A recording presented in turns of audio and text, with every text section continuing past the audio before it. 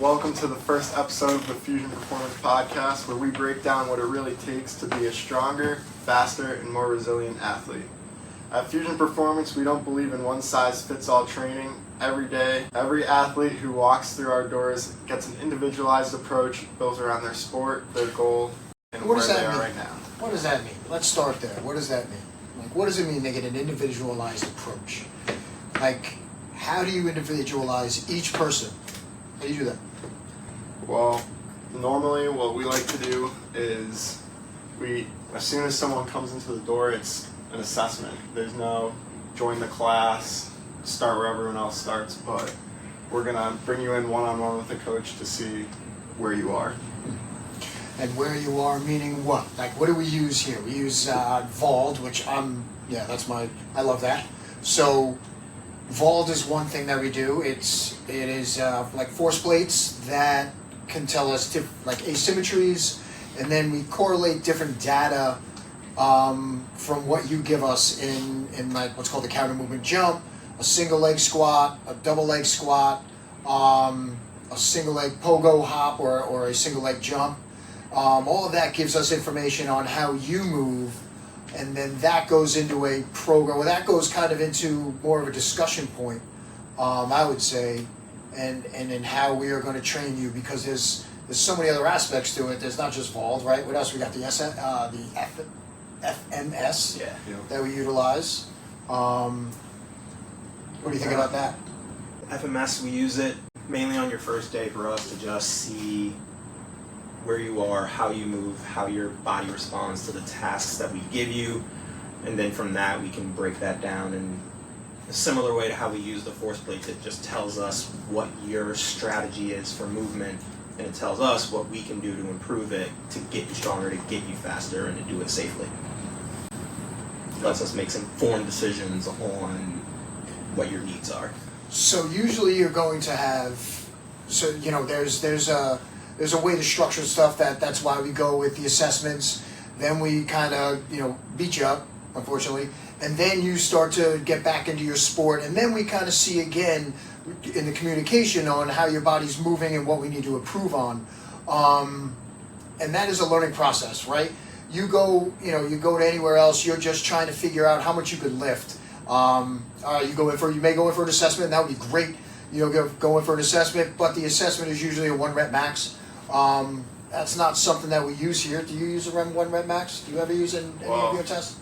I used to. What? All right, get after it, man. What do you mean you used to? Why'd you change? Well, growing up, like in high school football, college football, you're always told the 1 rep max, how much can you lift on the bench, the squat, the clean, and I found myself... Are these like clean reps? No, I was probably never taught that way. You're kind of just thrown into the weight room with your buddies, coaches screaming at you. And don't get me wrong, it was a fun time. Oh, no, yeah. I agree. Like small injuries just always like continue to occur when team-wide, right? Team-wide, where someone be squatting, their hamstring goes, or you 1 rep max squat, and then right after that, let's go run a 40-yard dash because it's testing day. Hamstring goes. Yeah. Because you're doing most of those tests in one day.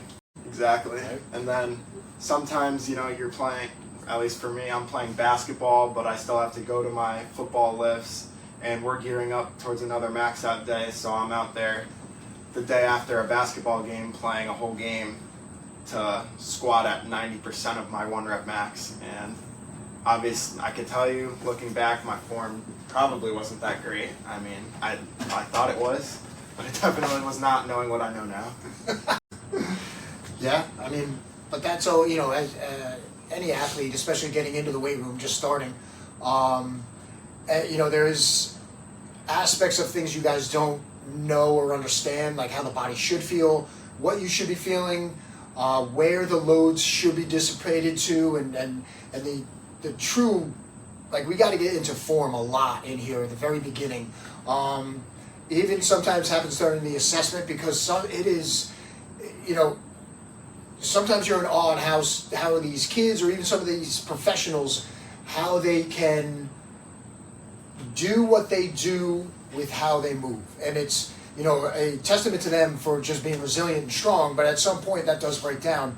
And that's where this comes in. Asymmetries, and meaning one arm or one leg is stronger than the other, and you're putting more emphasis on that. So that leads to injury. And if you are tight and stiff, which, you know, Darnell was talking about the FMS, if, you know, we see that a hamstring, your right hamstring is tighter than your left, and I'm just going to leave that off. And so we're seeing, you know, let's just, as they're doing what's called a straight leg raise, you're laying on your back, one leg is straight, and you're picking the other one up. You're looking at we're as clinicians, we're looking at certain things. We're not just looking at, number one, hamstring length, but how does that manipulate the other side of the body, right? So in all that, when we get, if that one hamstring is tighter than the other, that's going to set you up for something, whether that's knee pain, whether that's ankle pain, Achilles pain, because something is going to have to take up for that lack of range of motion, and therefore lack of strength. So, or even power, because if you don't have the range to use that muscle throughout or that muscle group throughout the full movement, you're starving yourself. So, and that's what we call leakage of energy. And going back to the assessments, if we see that hamstring is tighter, right, we know that one thing can lead to the other. So if we don't do, if these things aren't done, if we don't test you and understand or assess how you move, there is really no way to know if you're getting stronger except by seeing how much weight you lift. And unfortunately, it's a misnomer to say that the person who lifts the most is usually the best athlete. It's quite a misnomer, because that, you know, you're in a weight room, you're moving something in these aspects up and down or forward and back. That rarely translates into sport performance, especially if we're telling people to squat on their heels or even lunge on your heels, and now you got to be on the field and on your toes. So that's where we do see a lot of hip flexor strains, hamstring strains, calf strains, and compartment syndrome. I've even gotten away from thinking about it as like just simply risking injury. We've gotten a little bit used to bashing powerlifting, but especially for certain sports. Yeah. Because your body's gonna find a way to get there.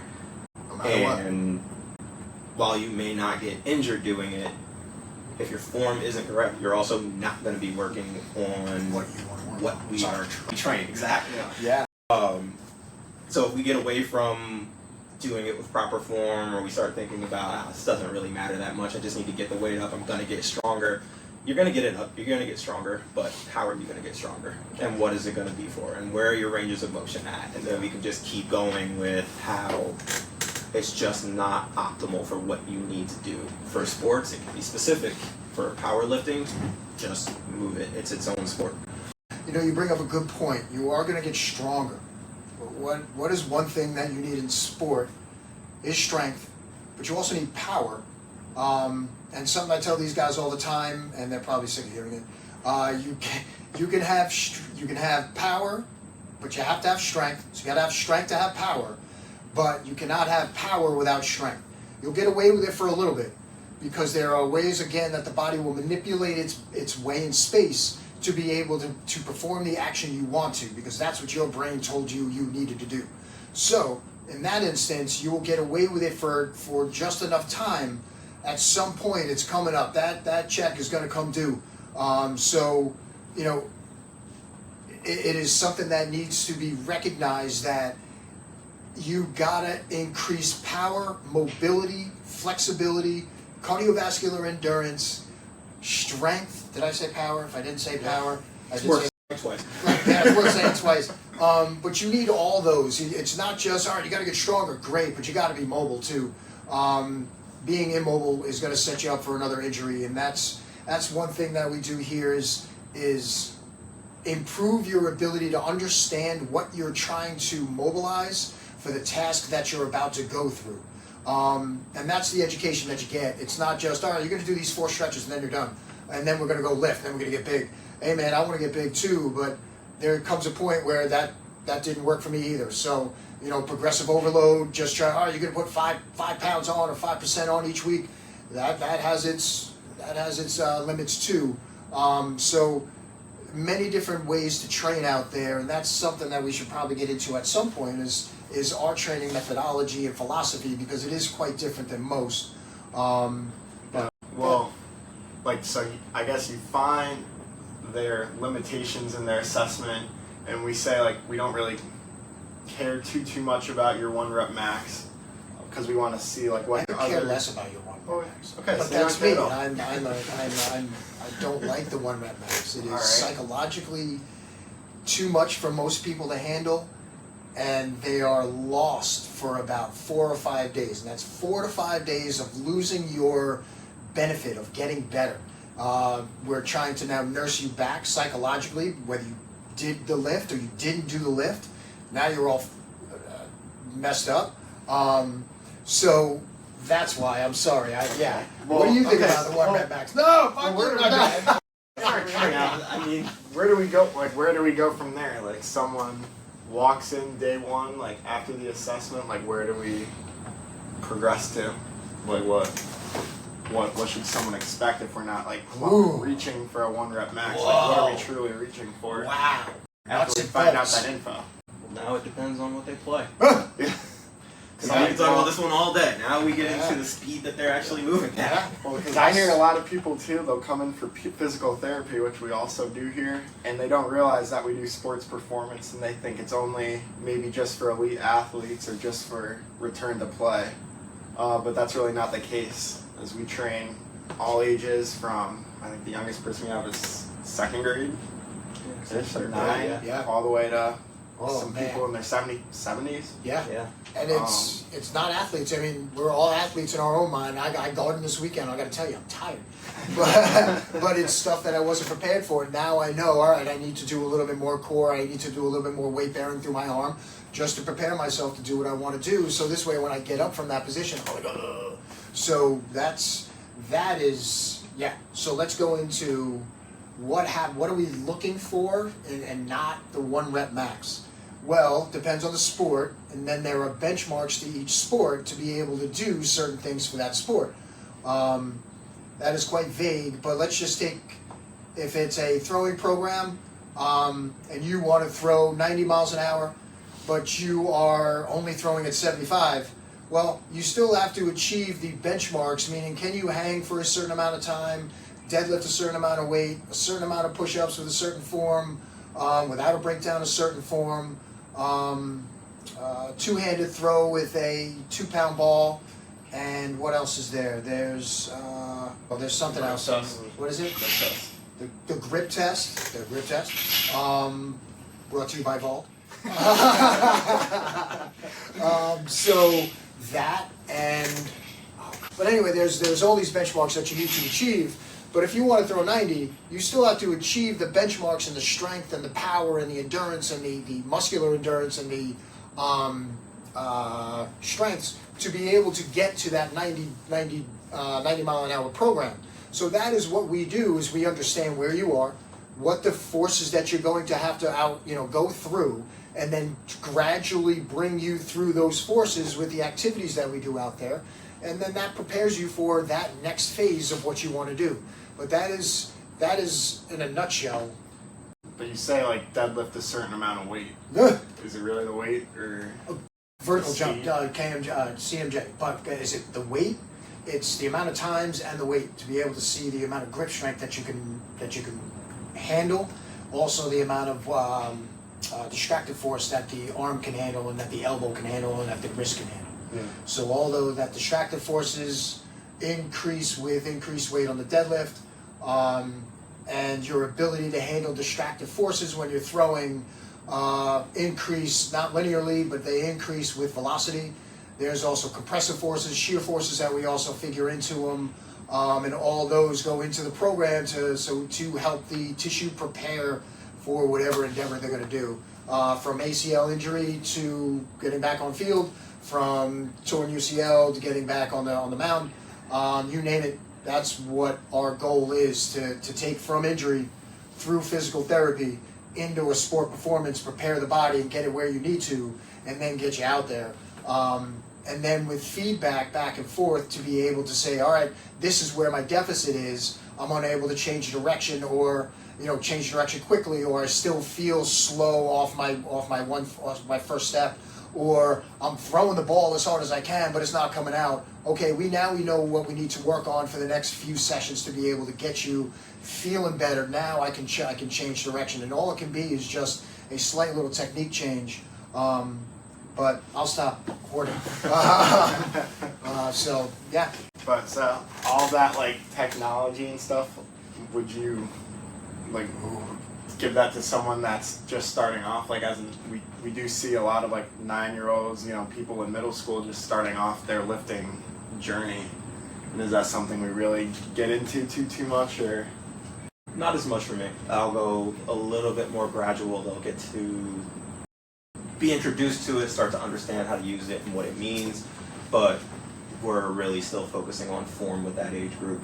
We're really trying to just get them to understand how you need to move, controlling your body, figuring out where you are in space, those little things to build that solid base to get them prepared to actually move to that and be able to truly start pushing themselves safely and Yeah, and we've been lucky enough now too to train some people where they started off in middle school and now they're reaching the varsity level in high school, and their teammates will come in with small nagging injuries or learning how to lift for the first time, but the people that we've seen start at that younger age have been, knock on wood, doing really good so far. Free, man. Yeah, I mean that is our goal with it, is not only to be strong, powerful, but also to be resilient and as injury free as possible, especially those little naggings, because they come up at the beginning of the season and they can take a lot of your season. So that is one thing that I am very proud of how we go about, because we have seen that timeline of how does this program work, or how does the program work, as easy as that, over time, not just, hey, this worked for me. No, this envelops the person, takes them in, and truly develops them from ground up. And then that coming back to say, hey, no, I feel good, now I'm just wanting to get stronger, I need to get this, I need to get that. And again, that communication comes in, and then we work on it. I mean, think about, we had a soccer player from UConn, right? That they were coming in, they needed certain benchmarks, and take that one away. Yeah, when they came back from their first freshman year of college, they realized that they had a long way to go to get to where they needed to in terms of passing their fitness test. Their lifting was pretty solid, I'd say, in the percentile of the team, because they've been doing it for a while, but just learning how hard they needed to push for their fitness test and where we needed to get them was a challenge, and it took almost 2 years to get where we needed to get. Just for the girl, quick fix, man. Yeah, just for the girl to see some playing time. But after a lot of arguing, we finally settled into a good plan, and through like our kind of tracking system. So we're through Team Builder, which is the program we use to track and log workouts. The athletes are able to like sync up their watches and stuff, and we can see what their heart rate is, and that's also part of our assessment. Is what is the that 12-minute run? Athlete monitor. Yeah, athlete monitoring. Yeah, it's cool stuff. We monitor you as an athlete. It's crazy. everything. Might get annoying, but just stick with it. We, after like her initial 12-minute run, where we see how far you go in 12 minutes and what your average heart rate is, your max heart rate, and then seeing what her goals were, to see playing time, like in her fitness test, which happened to be like the mile and like the 300-yard shuttle. We realized we had to work on her overall like lung capacity, muscular endurance, big time. Byproduct, getting rid of the byproduct was, I would say, the biggest hurdle. Her first step. Yeah. Big time. First step, and having her ability to be fatigued but still have a lot left in the tank, because she's able to get rid of the acidity that's brewed up, the carbon dioxide that's brewed up, and then able to buffer that to be able to continue on at a very high level.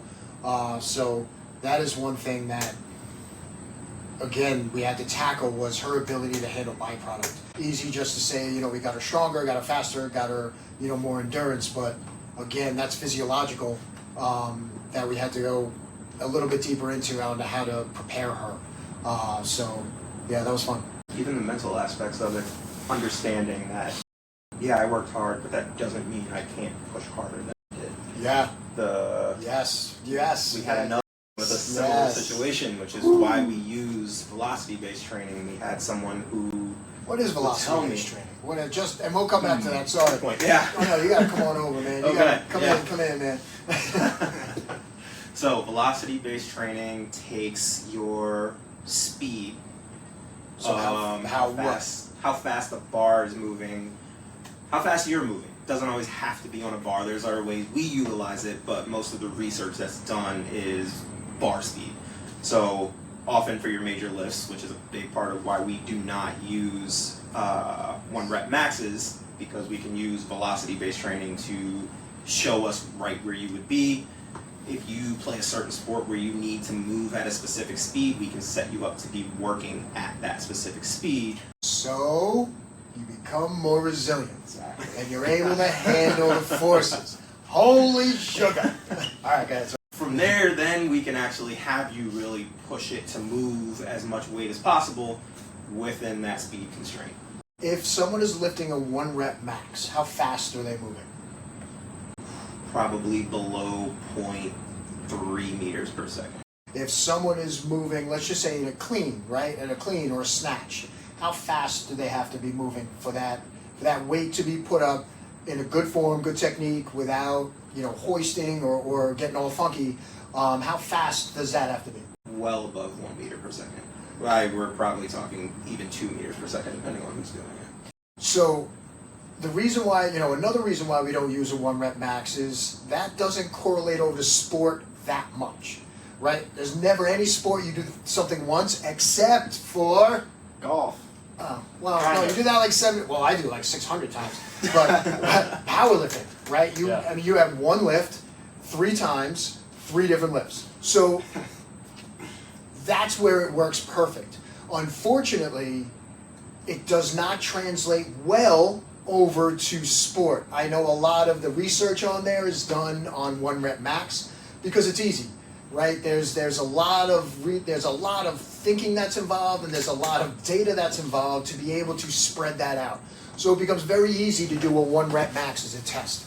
But unfortunately, it doesn't translate over, and there's a high risk of injury. But you ain't heard it from me. I ain't one to gossip. So then, remember, guys, so you got velocity-based training. Yes. Right. So we have velocity-based training. That was the 1 meter and the 0.5 meters per second, Right. Which is slow, by the way. Yes. That is, Where did you say most sports and that is land? 1.5. What's that? Where do most sports land then? Well, they're usually over about 3 meters per second. Very tough to do that in here. That's why we try with certain movements to get over 2 meters per second. And certain things like shoulder presses and things like that, we can get over 5 to 6 meters per second. Sport can happen up to, let's just say, 90 mile an hour throw. You'll have about, if the ball is moving at 80 miles an hour, and whatever 80 miles, hey Siri, what is 80 miles an hour in meters per second? 76 meters per second. So 35.76 meters per second is an 80 mile an hour fastball. So we can't get there unless we're using something that is a 0.7 ounce ball, right? So we don't do that. We go a little heavier, but then we're around 1.3. Well, actually, we're around this is where we can get really diving into this, because there's different realms within between 0.5 and 1.5 meters per second that will improve certain aspects of the sport. In basic terminology, a 1 rep max is your absolute strength. You can only do it once. Then you have what's called strength speed. That is like a 0.6 to a 0.75 meters per second. That is, if you think about, let's just think about sprinting. Strength speed is your ability to explode and do that first step quickness. You still have to move a good amount of weight, meaning you have to move your body weight against what's called inertia. So you have to think of the movement, contract the musculature to, number one, support the movement, and then contract the musculature to move the joint to be able to go through the movement. That takes a lot of power, or a lot of strength, sorry. So you are going to be moving slower, and that is going to be a heavier weight, but it is still going to be quite fast, or quite faster than a 1 rep max. You're getting about 5, maybe 3 to 5, maybe 6 reps in that range. Then after that, from 0.75 to 0.9 meters per second, everyone has a little bit different of a gap of where they see the speeds, but that is what's called speed strength. That is related to, again, let's go to like sprinting. That is your ability to either maintain your speed that you've just created or slightly give a little bit more. As you are an unstrengthened and not really strength trained athlete, your ability to maintain is what you're going to be. As you do more strength training, that comes into your ability to now pull away. So that is the speed strength. And then we just have acceleration, just like an absolute power, which is, again, I would say 1.0 and over, and I know that leaves a gap, but 0.9 is, 0.9 to 0.1 is the difference in weight between, it's not a lot. So that's why I kind of leave that one out, but I utilize it a lot. I know I hear you. But, so those are your speeds within the sport. We don't move at that speed, 35.76 meters per second, again, throwing a ball at 80 miles an hour, which means that most sports are happening around 20 to 30 meters per second. Does that make sense? Made a lot of shit. Yeah. So, in that, we're going to have to dive into each one of those, I think, because that is the meat and potatoes of how we train, I would say. Do you agree? Disagree? Absolutely. I agree. Because I think, well, let's get back to the main task of what is sports performance. Oh! What is sports performance? Okay. All right. Who wants to tackle that one? Or do you already have it written down? I just, that's the main goal of what we're trying to do. Is just explain, like, if But you that's have, going to come with how many of these, man? I mean, everything encompasses. And then we even left out nutrition. Yeah, So we didn't even talk about the nutrition and how that affects the body and stuff like that. So, we have so much more to talk about. Or even, we really never touched on physical therapy either. No, we didn't touch on physical therapy. And how we here at Fusion Performance, we communicate with physical therapists to then, bridge the gap between rehab and training. And both ways. So we have, let's just say we have athletes that are either coming down to the end of their insurance visits, or they've been a self-pay. So we would transition them over to sport performance to bridge that gap of they still need strength, power, endurance, but they don't know how to do it on their own. So we are here, we have most of the same equipment that you will see in a gym. And that prepares you without having that fear of, all right, send me everything that I need to do. How do I know if I'm going to be in good form, etc., etc., etc. Like we said before, now you need to specifically strengthen very specific muscles, very specific patterns, very specific movements, which can set you back if you're just on your own and you don't know what you're looking for and moving a certain way. Yeah. That's where we come in to help you out with that. And then going the other way, if someone's already been coming in for sports performance, and there's been times in the middle of a lift where someone comes in, they start doing something, hamstring feels tight, and they can walk 5 steps to the left into a therapist's office, get dry needled, and go back out and train. Or even, they're here sports performance training, right? They're doing stuff. They either hurt themselves somewhere or they said they felt something. They have the ability when they're coming in to just say, hey, do you have a minute to take a look? That saves a lot of time, a lot of effort, and a lot of money. So that is another aspect you're right. That is a huge benefit to the athlete, because it becomes like your college training room, where you have your strength coaches and then you have your athletic trainers, or PTs in this instance, and you have the best of both worlds that you can kind of pass ideas to and from, as well as get anything from physical therapy, massage, dry needling, Graston, to sport performance training, which velocity based. You get your assessment, which has technology involved in that. That shows how you rate against your age, your sport, or your movement within the world. So you know where you rank as far as, am I doing well or am I not doing well? And that's another thing. It lets you know how you are progressing, as opposed to us just saying, yeah, you're doing great.